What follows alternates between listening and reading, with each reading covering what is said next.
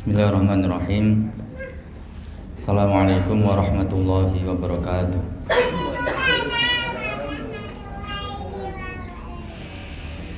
Innal hamdalillah nahmaduhu wa nasta'inu wa nastaghfiruh wa na'udzu billahi min shururi anfusina wa min sayyiati a'malina. May yahdihillahu fala mudilla lahu wa may yudlil fala hadiya lahu.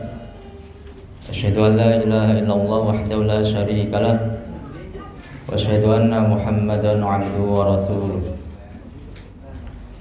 Ya ayyuhalladzina amanu taqullaha haqqa tuqatih wa la tamutunna illa wa antum muslimun. Ya ayyuhan nasu taqu rabbakumul ladzi khalaqakum min nafsin wahidah wa khalaqa minha zawjaha wa batha minhuma rijalan katsiran wa nisaa'a.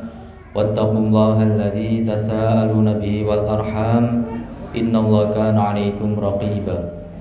Ya ayyuhalladzina amanu taqullaha wa qulu qawlan sadida yuslih lakum a'malakum wa yaghfir lakum dhunubakum wa may yuti'illaha wa rasulahu faqad faza fawzan 'azima. Amma ba'd. Fa inna asdaqal hadithi kitabullah wa khairal hadi hadi Muhammadin sallallahu alaihi wa alihi wasallam. Wa syarrul umuri muhdatsatuha fa inna kulla muhdatsatin bid'ah wa kulla bid'atin dhalalah wa kulla dhalalatin finnar. A'adani Allah wa iyyakum minan nar. Wa ba'd. Jamaah yang semoga dirahmati dan berkahi oleh Allah Subhanahu wa taala. Kita panjatkan segala puji, pengagungan serta kecintaan untuk Allah Subhanahu wa taala, dan yang maha sempurna dan yang telah melimpahkan nikmat-nikmat yang tak terhingga kepada kita semuanya, mulai dari nikmat Islam, nikmat iman, kemudian juga nikmat Allah SWT menghendaki hambanya untuk mengenal tauhid dan sunnahnya Rasulullah Shallallahu Alaihi Wasallam. Lebih lanjut nikmat untuk kita berupaya mengenal, memahami agamanya Allah Subhanahu wa taala. Nikmat at-tafaqquh fiddin, nikmat yang khusus hanya diberikan kepada hamba-hamba tertentu yang memang dikehendaki kebaikan oleh Allah Subhanahu wa taala. Sebagaimana sabdanya Rasulullah sallallahu alaihi wasallam dalam hadis yang ma'ruf, "May yuridillahu bi khairan yufaqihu fiddin." Riwayat Imam Bukhari dan Muslim dari sahabat yang mulia Muawiyah bin Abi Sufyan radhiyallahu taala anhuma, bahwasanya Rasulullah sallallahu alaihi wasallam bersabda, "May yuridillahu bi khairan," siapapun yang Allah menghendaki dia itu mendapatkan kebaikan secara umum, baik kebaikan urusan dunianya, yang mana kebaikan dunia itu akan mendukung dia untuk meraih kebaikan akhiratnya, dan juga kebaikan agama, kebaikan akhirat. Siapa yang dikehendaki kebaikan oleh Allah Subhanahu wa taala, maka Allah akan menjadikan dia sebagai seorang yang faqih, seorang yang faham dalam urusan agamanya. Karena dengan faham tentang urusan agama, dia akan bisa berjalan dalam kehidupannya, baik dalam urusan ibadahnya, muamalahnya, ataupun hal yang lainnya, sejalan dengan yang diridhoi dan dicintai oleh Allah Subhanahu wa taala. Maka kita berharap dan bermohon pada Allah Subhanahu wa taala, semoga semangat kita di dalam menuntut ilmu syar'i, baik itu mempelajari Al-Qur'anul Karim, mempelajari sunnahnya Rasulullah sallallahu alaihi wasallam, mempelajari akidah, mempelajari fikih ataupun yang lainnya, semoga itu merupakan suatu tanda kita dikehendaki kebaikan oleh Allah Subhanahu wa taala. Semoga kita diberi kemudahan di dalam menuntut ilmu, di dalam memahaminya dan mengamalkan serta menyampaikan kepada yang lainnya. Kita bermohon pada Allah Subhanahu wa taala, semoga ilmu yang telah kita ketahui itu menjadi ilmu yang bermanfaat dan diberkahi. Jamaah yang dimuliakan oleh Allah Subhanahu wa taala, pada pertemuan yang sebelumnya dari pembahasan kitab Sifat Salat Nabi karya Syekh Albani rahimahullah taala, kita sudah membuka dan melihat sebagian dari muqaddimah pendahuluan yang disebutkan oleh beliau rahimahullah taala. Memang tidak semuanya kita baca, tetapi kita ambil poin-poin yang terpenting yang disebutkan oleh Syekh Albani rahimahullah taala dalam pendahuluannya.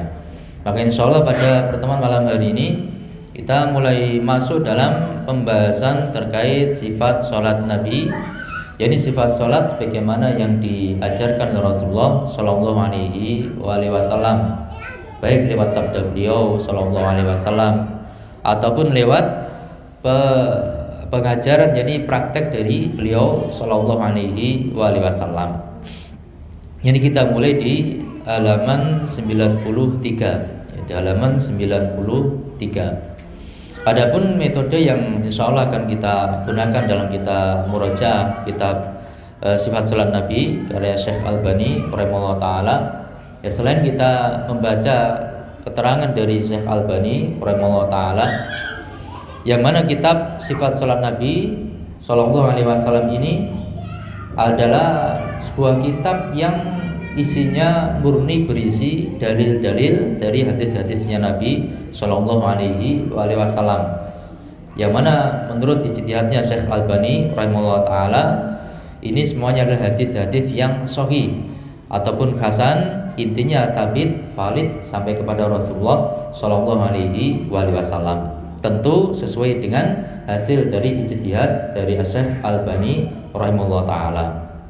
Maka dalam metode yang kita gunakan, kita baca kalam beliau rahimahullah taala dalam kitab ini, dan juga kita akan memilah-milahnya, yakni dalam pembahasan-pembahasan kita bikin menjadi poin-poin ya supaya lebih mudah untuk memahaminya, dan juga kita sebutkan permasalahan-permasalahan yang terkait dalam masalah ini.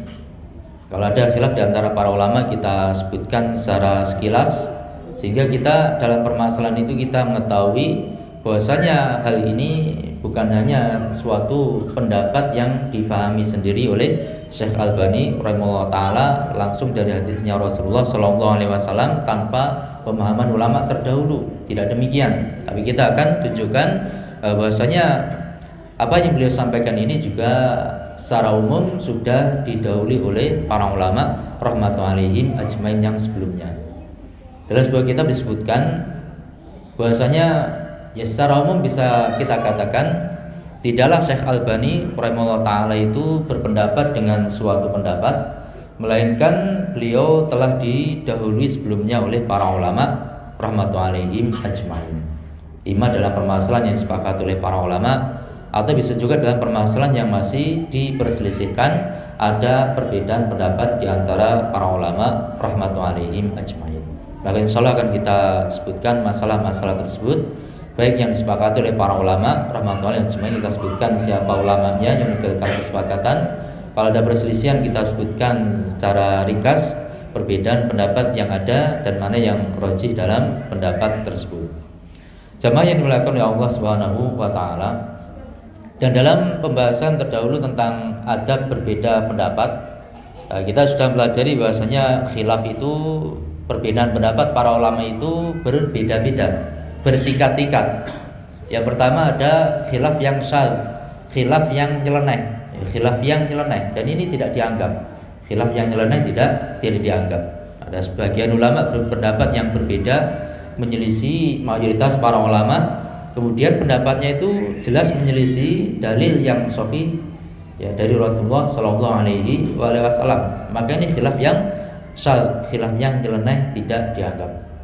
Kemudian khilaf yang kedua yang mending, yakni khilaf yang dhaif, ya khilaf yang lemah, tapi masih ada sisi pendalilannya, ya masih ada sisi pendalilannya meskipun mungkin dalil yang didatangkan merupakan hadis yang dhaif, Ini juga tidak dianggap khilaf yang dhaif.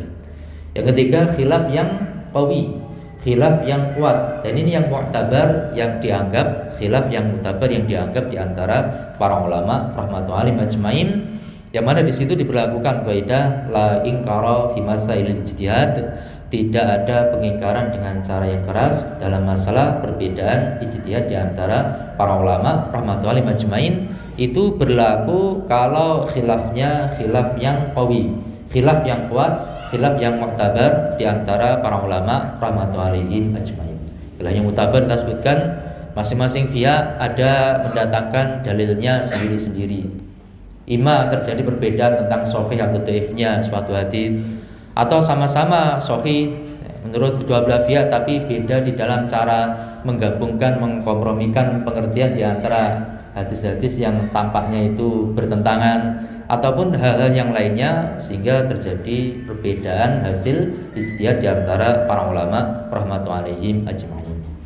Maka secara umum terkait kitab Sifat Salat Nabi karya Syekh Albani rahimahullah taala, mungkin bisa kita katakan kalau terjadi perbedaan ya dengan ulama yang lainnya, bisa kita katakan bahwasanya secara umum perbedaan dalam kitab Sifat Salat Nabi karya Syekh Albani rahimahullah taala ini adalah perbedaan yang kuat, khilafun qawiyun, khilaf yang kuat, yang mu'tabar, yang dipertimbangkan di antara para ulama rahmatullahi alaihim ajmain.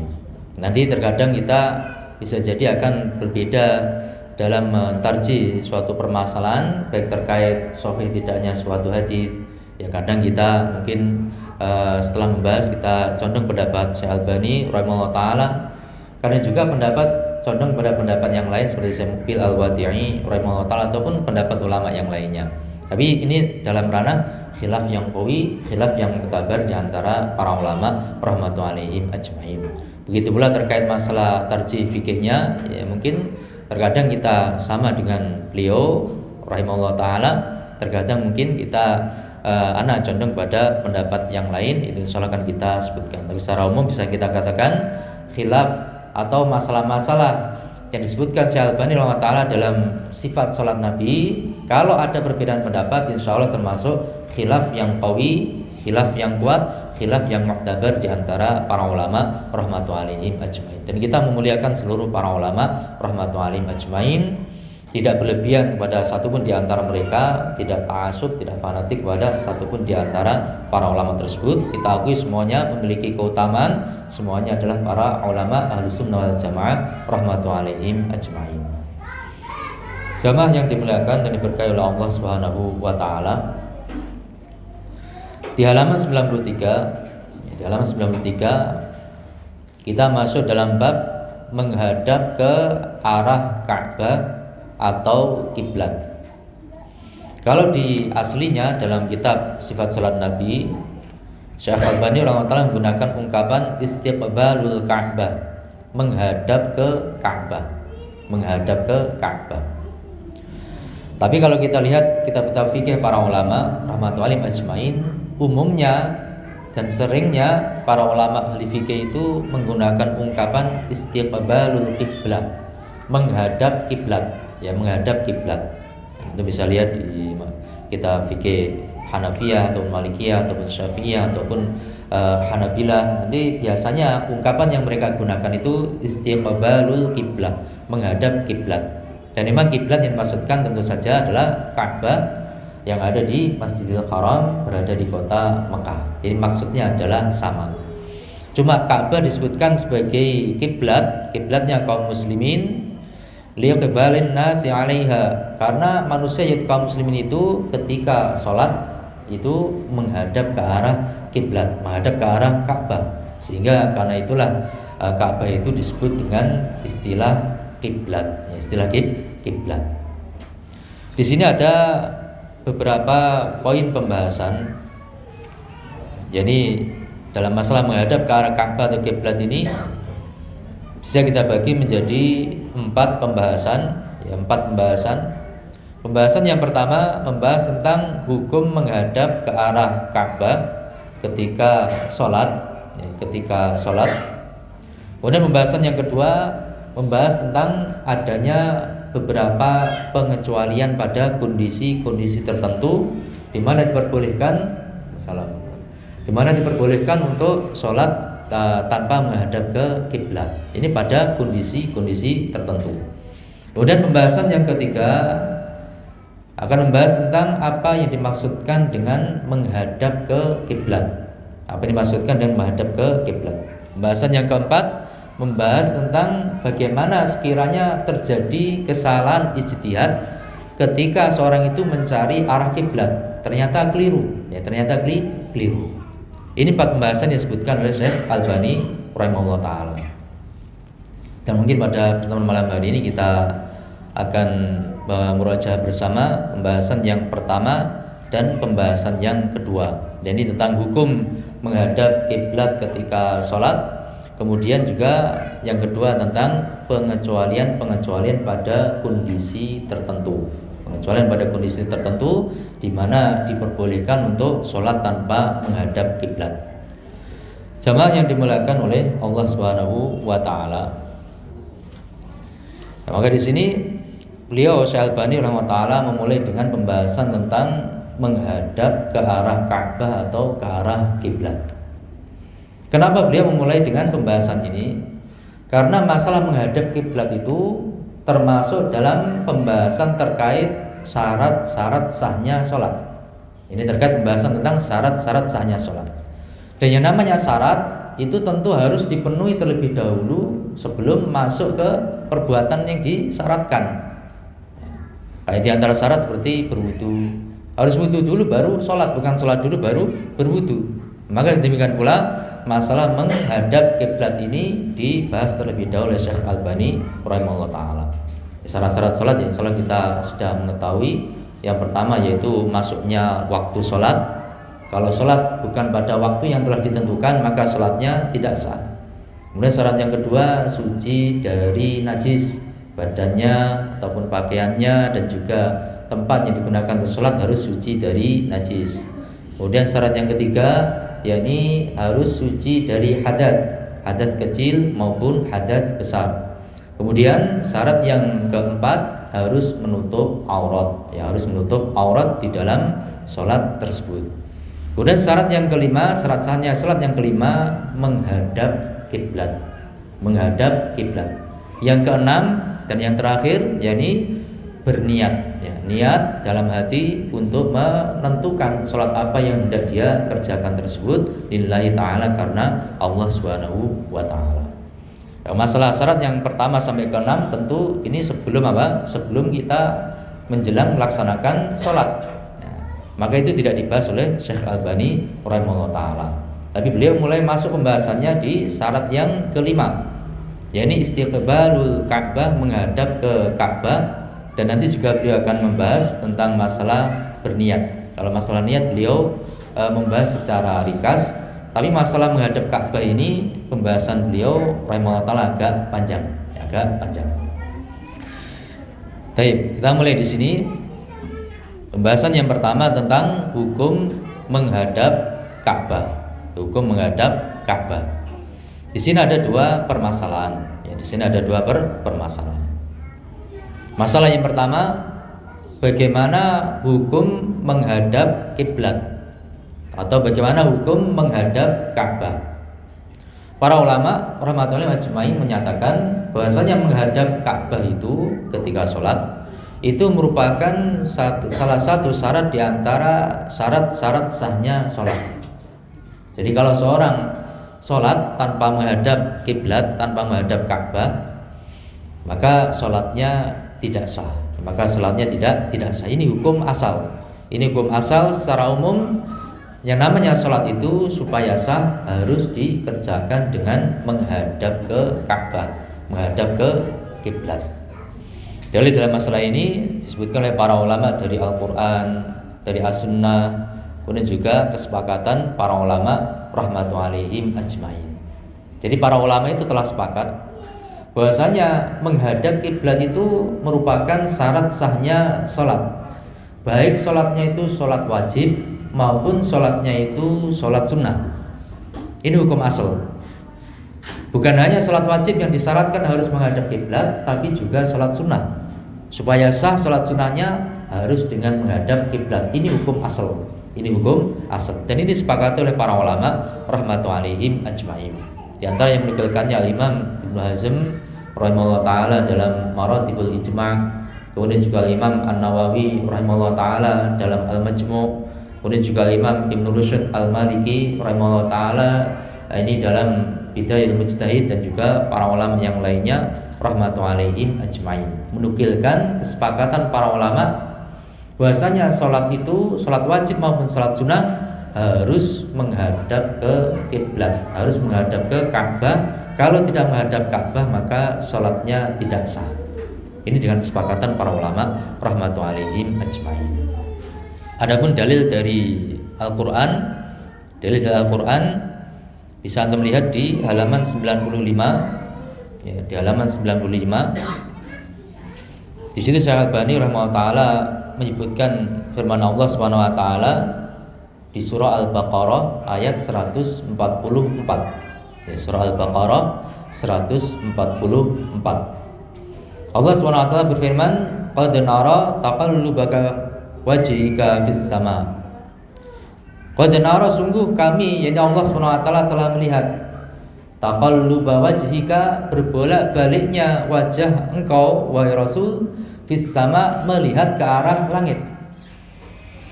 Kenapa Rasulullah SAW sering melihat ke arah langit? Ini karena kerinduan beliau. Beliau ini sudah menanti-nanti kapan turunnya perintah dari Allah SWT untuk menghadap kiblatnya itu ke arah Ka'bah. Karena di awal sholat, ya, di awal pelaksanaan sholat, disyariatkannya sholat, itu kiblatnya dengan menghadap ke Baitul Maqdis di Palestina, menghadap ke Baitul Maqdis di Palestina.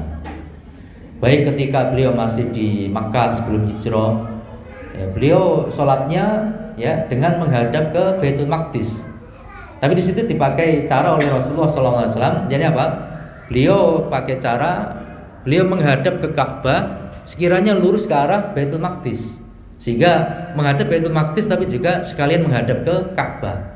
Karena sejatinya Rasulullah SAW itu pengennya dan senangnya itu menghadap ke Ka'bah. Sehingga ketika syariatnya masih menghadap ke Baitul Maqdis, beliau pakai cara menghadap ke Ka'bah, garis lurus menuju ke Baitul Maqdis. Itu cara ketika masih di Makkah.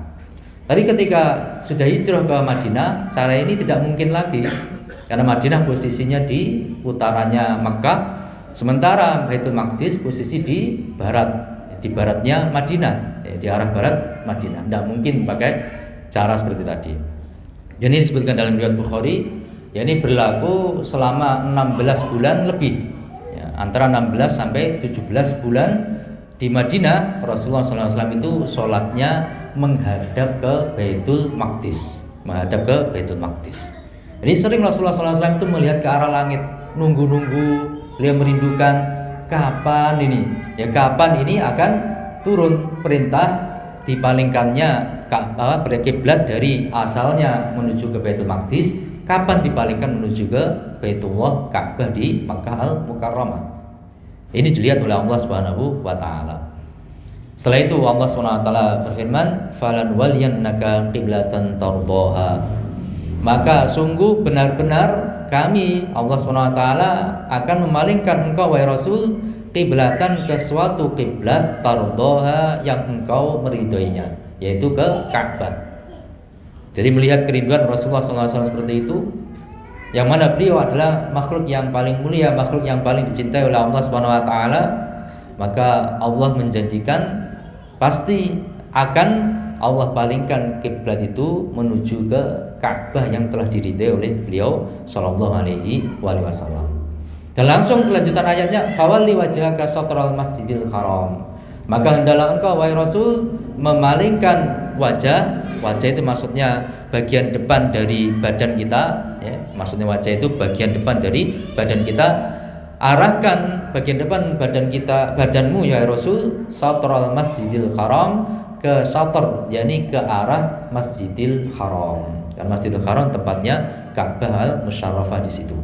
Ini perintah dari Allah Subhanahu wa taala, izin dari Allah Subhanahu wa taala, diganti syariatnya yang sebelumnya menghadap ke Baitul Maqdis, sekarang sudah diperintahkan untuk menghadap ke Masjidil Haram. Maksud Masjidil Haram di sini yakni menuju ke Ka'bah, menghadap ke Ka'bah sebagai kiblat.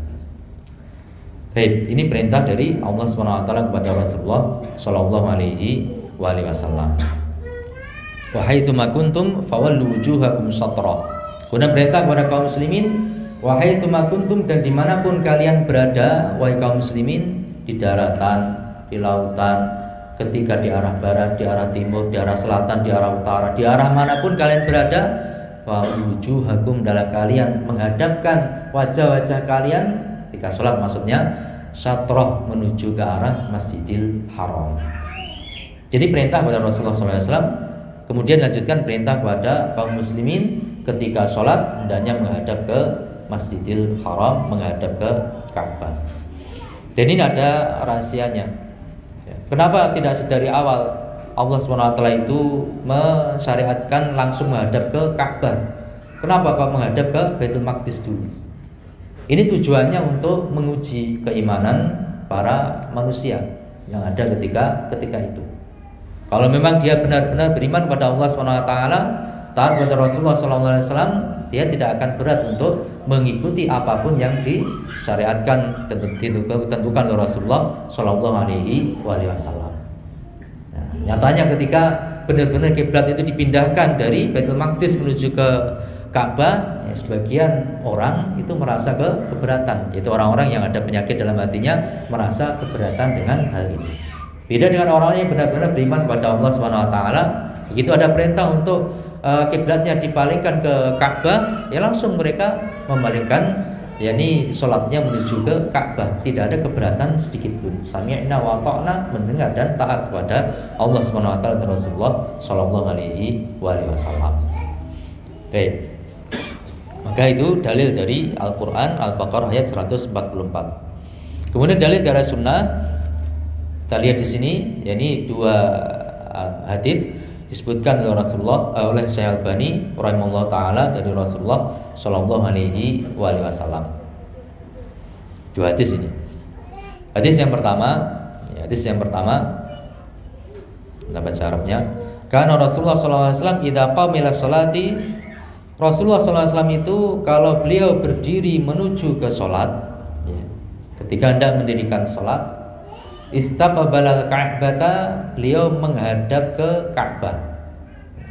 Beliau terlebih dahulu menghadap ke Ka'bah.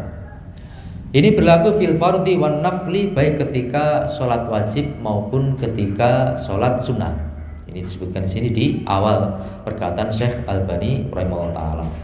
Jadi yang pertama, dalil dari hadis yang pertama, yakni dari perbuatannya Rasulullah Shallallahu Alaihi Wasallam.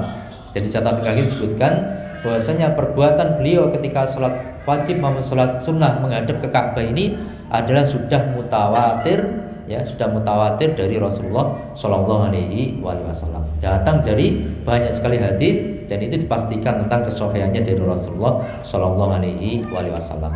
Baik sholat fardu maupun sholat sunnah, Rasulullah Shallallahu Alaihi Wasallam itu sholatnya dengan menghadap ke Ka'bah.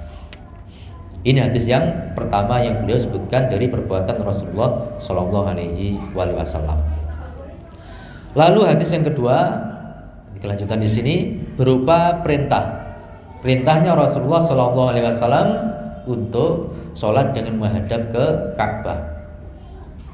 Ini perintah kepada seorang sahabat yang dikenal hadis ini dengan hadis al-musii'u sholatahu, seorang yang keliru di dalam sholatnya, ya, seorang yang keliru di dalam sholatnya. Hadis ini riwayat Bukhari, Muslim dan yang lainnya dari sahabat yang mulia Abu Hurairah radhiyallahu taala anhu. Ketika itu ada seorang sahabat yang masuk ke dalam masjid. Nah, ketika dia masuk itu Rasulullah SAW sedang berada di salah satu pojok masjid, sedang duduk. Lalu sahabat yang baru masuk itu mengerjakan sholat. Selesai sholat dia kemudian menghadap pada Rasulullah SAW, mengucapkan salam, maka dijawab salamnya oleh Rasulullah SAW. Waalaikumsalam. Tapi juga ditegur oleh Rasulullah SAW. Ya. Irji' fasolli fa innaka lam tusolli. Hendaklah engkau kembali kemudian sholat lagi, karena sesungguhnya engkau belum sholat. Karena ada hal-hal yang tidak memenuhi syarat di dalam sholat yang dikerjakan oleh sahabat tersebut. Maka disuruh mengulang oleh Rasulullah Shallallahu Alaihi Wasallam. Sudah sholat lagi, selesai sholat kembali lagi kepada Rasulullah Shallallahu Alaihi Wasallam. Ternyata kejadiannya sama, disuruh mengulang lagi oleh Rasulullah Shallallahu Alaihi Wasallam sampai 3 kali. Akhirnya sahabat itu mengatakan, alimni ya Rasulullah, wahai Rasulullah, ajari aku bagaimana tata cara sholat itu. Saya bisanya seperti ini. Kalau sakitnya namun kados niki. Terus pundi kang laras niku ya Rasulullah. Bagaimana yang benar wahai Rasulullah, ajarilah aku.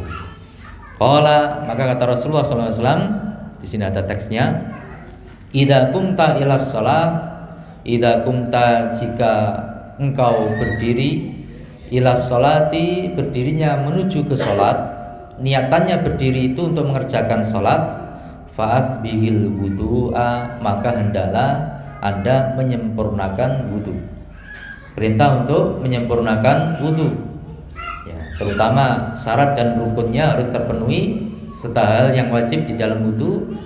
Lebih baik lagi kalau disempurnakan sekalian dengan sunnah-sunnah wudu. Baik. Disebutkan terlebih dahulu tentang menyempurnakan wudu karena wudu merupakan syarat sahnya salat. Ya. Tsumastaqbilil qiblah, kemudian setelah berwudu hendaklah engkau menghadap ke kiblat. Hendaklah engkau menghadap ke kiblat. Istaqbil ini fi'il amr, kata kerja menunjukkan perintah dari Rasulullah SAW. Kalau seorang itu salat diperintahkan untuk menghadap ke kiblat.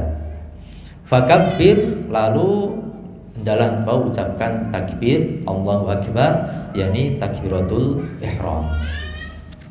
Sama yang dimuliakan oleh Allah Subhanahu wa taala. Ini hadis yang sahih riwayat Bukhari Muslim dan yang lainnya dari Abu Hurairah radhiyallahu taala anhu. Dan hadis musi salatahu disebutkan oleh para ulama, isinya itu semuanya merupakan hal yang wajib. Bisa jadi hanya tataran wajib, bisa juga wajib dan merupakan syarat sahnya sholat atau rukunnya sholat, minimal wajib. Hal-hal yang disebutkan dalam hadis musi sholatahu itu minimal perkara-perkara yang wajib, bisa rukunnya sholat dan bisa pula syarat sahnya sholat.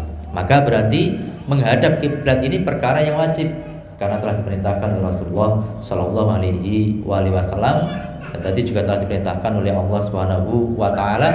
Dan perkara ini wajibnya sholat dengan menghadap kiblat, baik sholat wajib maupun sholat fardu, ini telah disepakati oleh para ulama rahmatullahi alaihim ajma'in.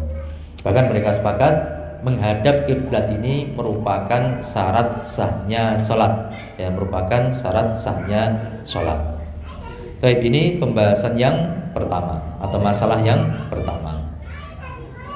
Masalah yang kedua, apa hikmah dari diwajibkannya kita sholat itu menghadap ke Ka'bah? Hikmahnya apa? Hikmahnya apa kita sholat itu dengan menghadap ke Ka'bah? Sebutkan oleh Syekh Utsaimin rahimahullah taala dua hikmah. Hikmah yang pertama, yakni keselarasan antara kondisi hati kita dengan kondisi fisik kita. Kondisi hati kita itu ittijah, iqbal, menghadap kepada Allah Subhanahu wa taala. Sementara kondisi fisik kita, tubuh kita menghadap ke Ka'bah, tempat yang dimuliakan oleh Allah Subhanahu wa taala, tempat yang diagungkan oleh Allah Subhanahu wa taala, tempat yang telah Allah perintahkan untuk kita itu sholat dengan menghadap kepadanya. Ini serasi antara zahir dan batin. Ini hikmah yang pertama. Batinnya menghadap pada Allah Subhanahu wa taala, zahirnya tubuhnya menghadap ke Ka'bah yang memang telah diperintahkan oleh Allah Subhanahu wa taala. Kemudian hikmah yang kedua, ini menunjukkan tentang persatuan kaum muslimin. Persatuan kaum muslimin di mana semuanya kaum muslimin kalau sholat dengan menghadap ke kiblat yang sama, menuju ke Ka'bah yang ada di Masjidil Haram di kota Mekah. Bisa kita bayangkan seandainya sholat itu terserah mau menghadap kemana. Nanti imamnya ngadep ke Ka'bah ke barat, makmumnya satu ngadep ke utara, makmumnya lainnya ngadep ke selatan, makmumnya lain ngadep ke timur, satunya ke tenggara dan seterusnya. Ini kacau, tidak rapi. Dan ini akan menimbulkan, merupakan satu sebab timbulnya perpecahan di antara kaum muslimin. Karena perpecahan secara zahir, perbedaan secara zahir itu bisa pengaruh kepada kerukunan di dalam batin. Maka di sini untuk menjaga hal tersebut, Allah memerintahkan untuk kompak semuanya, ya, serasi semuanya kaum muslimin ketika sholat itu menghadap ke Ka'bah, ya, menghadap ke Ka'bah. Ini hikmah, dua hikmah yang disebutkan oleh Syekh Ibnu Utsaimin rahimahullah taala. Jamaah yang dimuliakan oleh Allah Subhanahu wa taala. Kemudian masuk ke pembahasan yang kedua, ada beberapa pengecualian. Ada beberapa pengecualian dari hukum menghadap ke kiblat ini. Secara umum, kalau kita buat garis besar, ada dua pengecualian. Pengecualian yang pertama yang akan disebutkan oleh Syekh Al-Albani rahimahullah taala di sini. Pengecualian yang pertama yakni sholat sunnah di atas kendaraan ketika safar. Sholat sunnah di atas kendaraan ketika safar. Beliau di sini mengatakan, dan ketika bepergian Rasulullah SAW itu menunaikan sholat sunnah di atas hewan tunggangannya. Maka ini 3 syarat. 3 syarat untuk pengecualian yang pertama. 3 syarat untuk pengecualian yang pertama. Syarat yang pertama apa? Syarat yang pertama harus ketika safar. Harus ketika safar. Kalau sedang mukim ini tidak berlaku. Ini tidak berlaku. Pengecualian ini hanya berlaku ketika sedang safar. Ini syarat yang pertama. Syarat yang kedua, sholatnya sholat sunnah ketika safar. Kemudian syarat yang kedua, sholatnya sholat sunnah. Kalau sholat wajib beda lagi hukumnya. Kalau sholat wajib, hukum asal tetap menghadap ke kiblat, kecuali dalam kondisi benar-benar darurat, ya baru boleh menghadap ke selain arah kiblat. Tapi hukum asal sholat wajib meskipun safar tetap menghadap ke kiblat.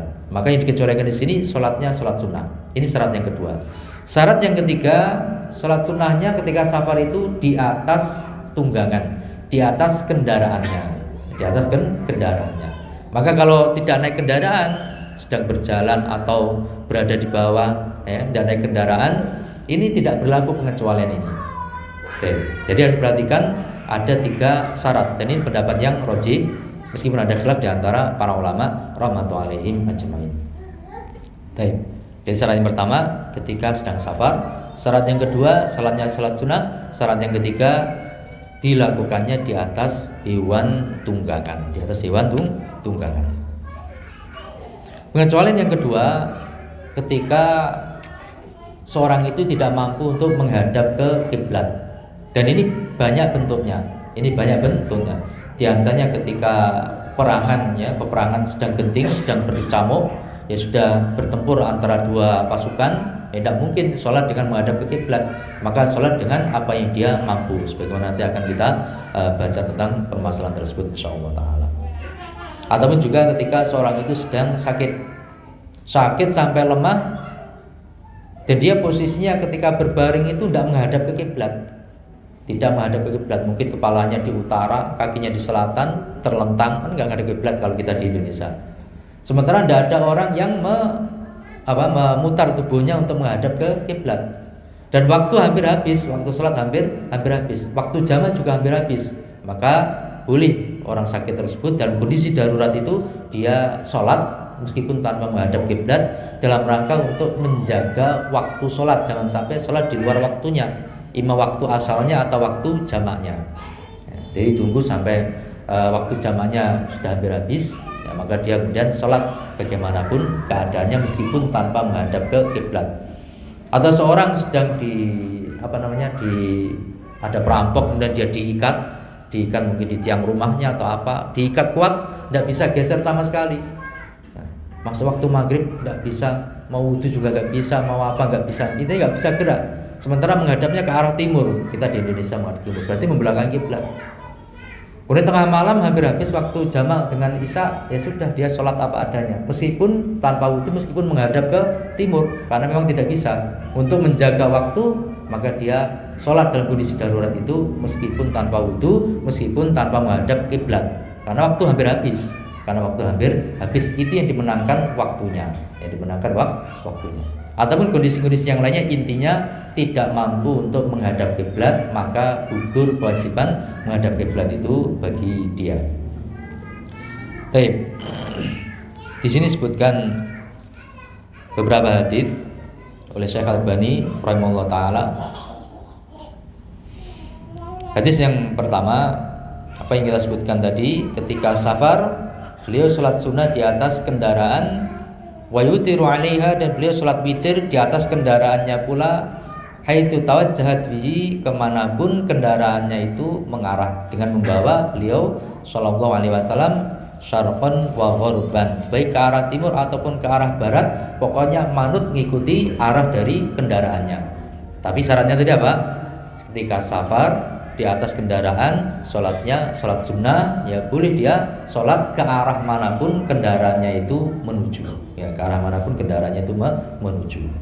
Misalkan kita ke Banyuwangi, berarti kan ke arah timur, membelakangi kiblat. Belum belok kanan, belok kiri, kemudian ke sana lagi, belok lagi, dan seterusnya. Ini kan tentu tidak menghadap ke kiblat. Maka kalau sholat ketika itu safar, kemudian naik kendaraan, kemudian sholatnya sholat sunnah, boleh ya, boleh sholat dengan tanpa menghadap ke kiblat. Jadi dilakukan oleh Rasulullah Shallallahu Alaihi Wasallam. Dan hadis ini merupakan hadis yang sahih, hadis yang sahih, riwayat Bukhari, Muslim dan yang lainnya. Ini banyak dari hadisnya para sahabat ridwanu alaihim ajmain. Jadi ini kumpulan dari beberapa hadis disimpulkan oleh Syekh Albani rahimahullah taala. Riwayat Bukhari, Muslim. Beberapa hadis riwayat Bukhari, Muslim, ada pula yang riwayat Bukhari, intinya sahih dari Rasulullah Shallallahu Alaihi Wasallam. Kemudian dalil yang lainnya tentang pengecualian terkait sholat sunnah ini disebutkan di sini. Berkenaan dengan hal ini turunlah firman Allah Subhanahu wa taala. Jadi surah Al-Baqarah ayat 115. Fa inna ma tuwallu fa thamma wajhullah. Fa inna ma tuwallu, maka kemanapun engkau menghadapkan wajah, fa thamma wajhullah, maka di sana ada wajahnya Allah Subhanahu wa taala. Karena keagungan dari Allah Subhanahu wa taala, karena manapun seorang hamba itu melaksanakan salat sunnah, ya, ke arah manapun, ya, hakikatnya dia menghadap kepada Allah Subhanahu wa taala. Tetap dia menghadap pada Allah Subhanahu wa taala. Maka disebutkan dalam riwayat Muslim, di ta'liqnya itu catatan kaki nomor 81, ini riwayat Muslim, disebutkan pula oleh Imam Tirmidzi rahimahullah taala dari sahabat yang mulia Abdullah bin Umar radhiyallahu taala anhuma. Rasulullah SAW itu biasa ya, beliau safar pulang dari Makkah menuju ke Madinah. Dan di tengah perjalanan beliau sholat. Kalau safar pulang dari Makkah menuju Madinah, ya otomatis berarti membelakangi Ka'bah kan, membelakangi Ka'bah karena posisi ke utara menuju ke Madinah, berarti membelakangi Ka'bah. Nah, oleh karena itu kemudian turun firman Allah SWT ini, fa inna ma tuwallu fa thamma wajhullah. Kemanapun kau menghadapkan wajahmu, maka di sana ada wajahnya Allah Subhanahu wa taala. Jamaah yang dimuliakan oleh Allah Subhanahu wa taala. Di sini ada beberapa permasalahan, kita sebutkan secara ringkas. Masalah yang pertama, hukum sholat sunnah di atas kendaraan ketika safar. Hal ini disepakati oleh para ulama rahmatullahi alaihim ajmain, sebagaimana disebutkan oleh Imam Ibnu Abdul Bar rahimahullah taala dalam kitab At-Tamhid. Beliau menukilkan bahwasanya para ulama itu sepakat perbuatan tersebut boleh kalau sholatnya sholat sunnah dilakukan di atas kendaraan ketika safar, boleh sholatnya tanpa menghadap ke kiblat dengan kesepakatan para ulama rahmatullahi alaihim ajmain. Siapa yang menukilkan? Al-Imam Ibnu Abdul Bar rahimahullah taala. Ya, kemudian dalil yang disebutkan tadi telah kita baca, hadis maupun ayat yang disebutkan oleh Syekh Albani rahimahullah taala.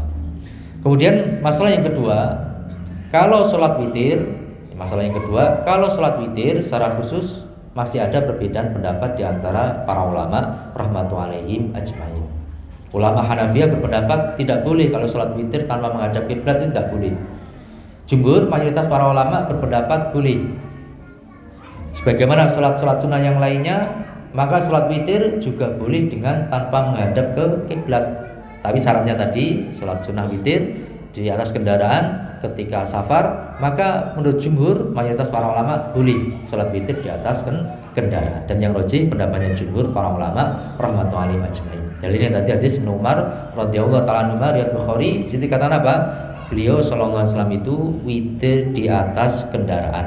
Ya, witir di atas kendaraan dengan menghadap ke arah mana saja hewan tersebut menghadap, ke timur ataupun ke barat. Jelas dari hadisnya Rasulullah sallallahu alaihi wasallam.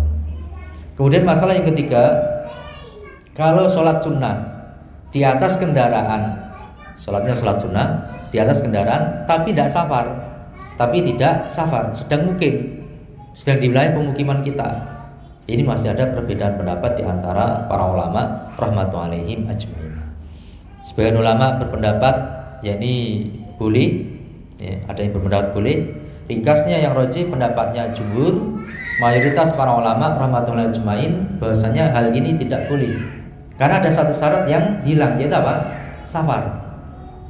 Nah, dia sholatnya sholat sunnah, dilakukan di atas kendaraan, tapi kan nggak safar, maka satu syarat tidak terpenuhi. Berarti yang rojih pendapatnya jumhur para ulama rahmatullahi ajmain. Nah, ini tidak boleh sholat sunnah di atas kendaraan, sementara dia tidak sedang safar di area pemukimannya sendiri. Tidak boleh sholat sunnah dengan di atas kendaraan tanpa menghadap ke kiblat. Ini pendapatnya jumhur para ulama rahmatullahi ajmain.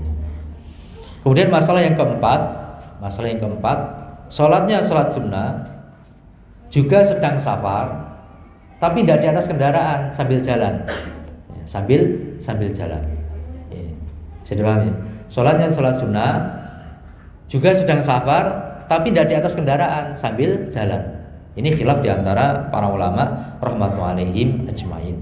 Kalau Imam Syafi'i rahimahullah ta'ala berpendapat boleh. Imam Syafi'i rahimahullah ta'ala berpendapat boleh sholat sunnah ya di perjalanan sambil jalan menurut Imam Syafi'i rahimahullah ta'ala boleh. Tapi jumhur mayoritas para ulama berpendapat ini tidak boleh. Karena apa? Belum terpenuhi satu syarat, yaitu apa? Yakni di atas kendaraan. Yang ada rukhsah, yang ada keringanan itu harus terpenuhi 3 syarat tadi. Karena hukum asal salat wajib maupun salat sunnah itu harus menghadap ke kiblat. Maka dikecualikan beberapa poin tertentu. Pengecualian ini harus terbatas kepada yang ada dalilnya. Dan yang ada dalilnya salah satunya yaitu terpenuhi 3 syarat tadi. Salatnya salat sunnah, posisi sedang safar, kemudian dilakukan di atas kendaraan. Maka kalau salat sunnah sedang safar tapi sambil jalan, ini menurut jumhur, dan itu yang rajih, tidak boleh dengan tanpa menghadap ke kiblat sambil jalan. Tidak boleh. Dan tidak bisa dikiaskan dengan naik kendaraan. Meskipun sama-sama safar tapi berbeda. Kalau naik kendaraan kan nggak banyak gerak. Ini perbedaan yang sangat menonjol. Kalau naik kendaraan tidak banyak gerak. Kalau jalan kaki kan kakinya gerak terus, sehingga mengharuskan dia banyak bergerak di dalam sholat. Dan itu mengharuskan sholatnya batal kalau seperti itu. Beda dengan kalau dia sholat sunnah di atas kendaraan, tidak banyak bergerak. Sehingga yang rajih pendapat jumhur para ulama rahmatullahi ajmain bahwasanya tidak diperbolehkan sholat sunnah ketika safar sambil berjalan, itu tidak boleh. Itu tidak boleh. Khonifidini rahimani wa rahmatullah. Masih ada beberapa permasalahan. Mungkin kita cukupkan sampai di sini. Kita insyaallah masalah-masalah berikutnya kita murojaah di pertemuan yang akan datang. Ya, barangkali ada yang ditanyakan, kalau bisa najab ya najab, kalau ada ilmunya. Kalau tidak ada ilmunya ya kita sampaikan wallahu a'lam bishawab.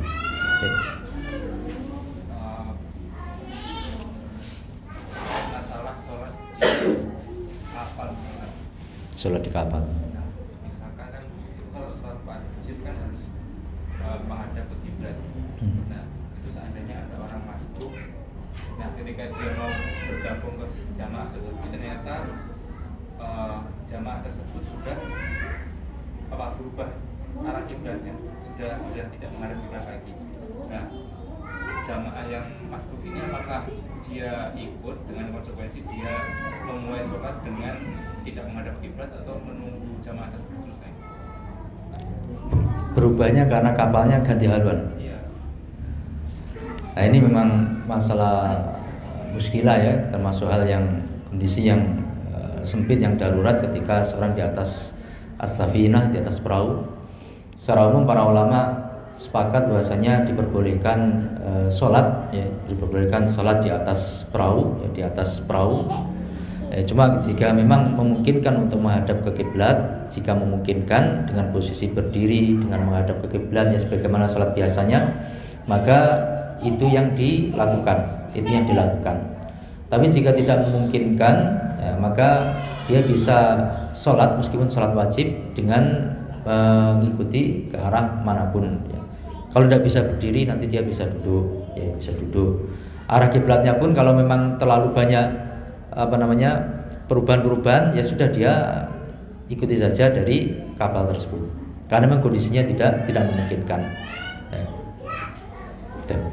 Maka kalau dia mendapati kondisi yang seperti itu, dan kalau memang dilihat dia itu banyak perubahan, kemudian pergeseran alkiblatnya itu tidak terlalu jauh, ya, mungkin anggap saja mungkin 45 derajat, itu 45 derajat dalam posisi di atas perahu masih ditoleransi, tidak apa-apa dia masuk pada posisi tersebut, Ya, semoga dapat keringanan dari Allah Subhanahu wa taala. Jadi kalau di atas perahu, ya, secara umum boleh ya, sholat di atas perahu karena tidak mungkin turun ke daratan. Nanti akan ada pembahasan tentang wajibnya sholat fardu itu harus turun dari kendaraan. Di antara pengecualiannya kalau di atas perahu, di atas pesawat itu pengecualian karena tidak mungkin untuk turun. Insyaallah itu pembahasan berikutnya. Dengan alat keringat pengalaman pribadi itu, karena itu sholat isya. Nah karena capaian kuliah atau apa itu jadi kurang fokus, saya ingatnya itu sholat maghrib. Nah begitu rakaat ketiga itu saya baru sadar kalau itu ternyata sholat isya karena jamaah. Dan itu status sholat saya gimana? Sudah sholat maghrib. Nah. Sudah sholat maghrib. Berarti di sini terkait masalah niat. Kasus karena seorang kondisi capek sehingga sebenarnya sholatnya jamaahnya sholat isya, tapi kemudian dia sholat maghrib. Baru sadar ketika setelah rakaat ketiga ternyata jamaahnya bangkit menuju ke rakaat keempat. Berarti sholat isya. Maka rakaat pertama sampai rakaat ketiga yang mana dia sudah sholat maghrib, rakaat pertama sampai rakaat ketiga itu dia tidak meniatkannya untuk sholat isya. Ya, dia tidak meniatkannya untuk sholat isya. Berarti tidak teranggap sebagai sholat isya. Ya, tidak teranggap sebagai sholat isya. Ya, tidak teranggap sebagai sholat isya. Karena tidak ada niatan sholat isya. Ya, niat itu harus ada. Ya, untuk menentukan sholatnya sholat apa itu harus ada. Nah, maka di situ ya ima dia batalkan sholatnya, ya kemudian dia gabung dengan jamaah rakaat yang keempat itu dia niatkan sholat isya. Ya, takbiratul ihram mulai lagi dari awal sholat isya tapi gabung dengan jamaah tersebut. Bisa dengan cara demikian.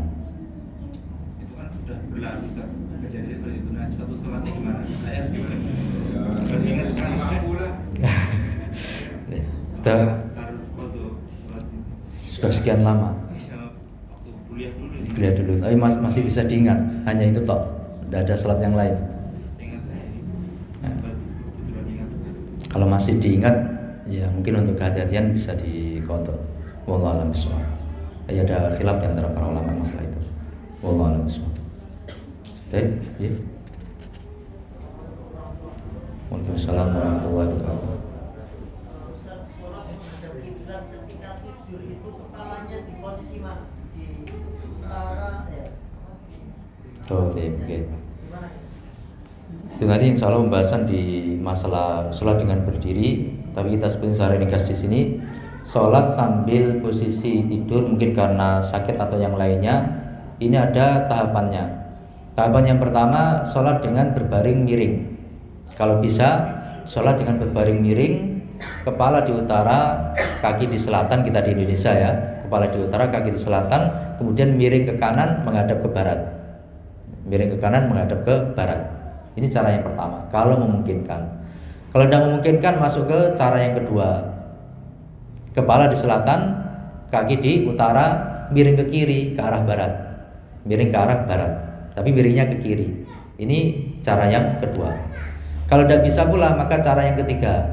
Cara yang ketiga yaitu dengan baring terlentang, menghadap ke atas. Baring terlentang ya, tubuh menghadap ke atas.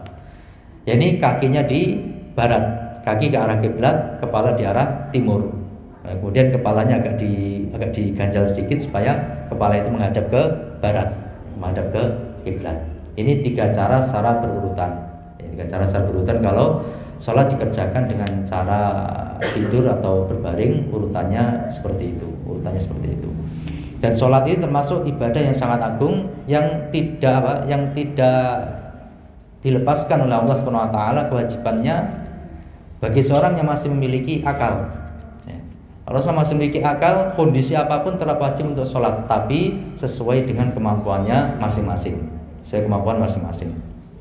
Kata orang itu kalau stroke tidak bisa gerak sama sekali, tapi masih punya apa? Masih punya kesadaran. Ini khilaf di antara para ulama. Sebagian ulama sampai berpendapat dia tetap wajib untuk sholat, tapi apa? Dengan niatnya. Kalau memang nggak bisa gerak sama sekali. Kalau masih ada bisa gerak, mungkin dengan isyarat kepala untuk perpindahan gerak. Ya sesuai kemampuan masing-masing. Tidak gugur kewajiban sholat itu selama masih ada akal, ya masih memiliki akal yang sehat, masih sadar, maka tidak gugur. Beda lagi kalau dia pingsan dalam waktu yang lama atau koma, ya, maka itu berarti sudah gugur kewajiban sholat dari dia karena dia pada kondisi tidak berakal, hilang kewajiban sholat. Ini keutamaan yang agung dari ibadah sholat, tidak gugur dalam kondisi apapun. Kalau haji kan kalau tidak mampu gugur kewajiban haji. Kalau puasa ketika mungkin sedang safar atau sedang sakit bisa tidak berpuasa di bulan Ramadan, nanti mengqadha. Kemudian kalau zakat, kalau nggak punya harta mau apanya mau dizakatkan, masih bisa digugurkan. Ya. Tapi sholat wajib ya, sholat wajib itu tidak gugur selama seorang itu masih dalam kondisi sebagai mukallaf, masih memiliki kesadaran. Ini ada khilaf tapi di antara para ulama rahmatullahi alaihim ajmain. Wallahu a'lam. Indonesia dulu itu sempat saya tahu katanya kiblatnya Indonesia itu agak menceng gitu. Ini gimana?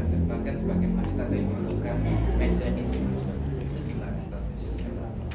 Tapi insyaallah nanti akan ada pembahasan yang keempat ya, tentang kekeliruan dalam ijtihad menentukan arah kiblat.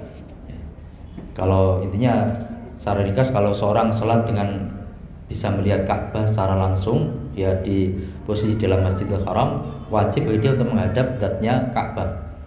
Tapi kalau tidak bisa melihat Ka'bah secara langsung, kewajibannya adalah berijtihad untuk berusaha sungguh-sungguh mencari arah kiblat, arahnya bukan zatnya, yang penting ke arah sana, ke arah sana. Kalau Indonesia ya secara umum ke arah barat, secara ke arah barat. Nanti kan ada hadis mabainal masyriq wal maghrib qiblah. Hadis bersihkan para ulama yang rajih itu hadisnya sahih. Kata Rasulullah SAW, mabainal masyriq wal maghribi qiblatun, antara barat dan timur itu merupakan kiblat. Nabi posisikan di Madinah. Madinah kan posisi di utaranya Mekah. Berarti sholatnya menghadap ke selatan. Maka antara barat dan timur ini merupakan kiblah bagi ahlu Madinah. Bagi penduduk Madinah, antara barat dan timur itu merupakan kiblat. Jadi rentangnya agak luas.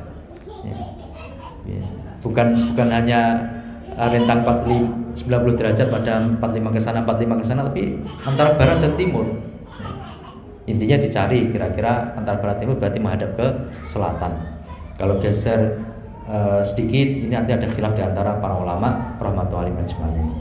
Insyaallah nanti lebih khusus tentang masalah itu. Wallahu a'lam bishawab. Tanya lagi? Jadi insyaallah kita cukupkan murojaah bersama kita. Mudah-mudahan apa yang kita murojaah bisa kita fahami dan bermanfaat bagi hati kita, dunia kita dan akhirat kita.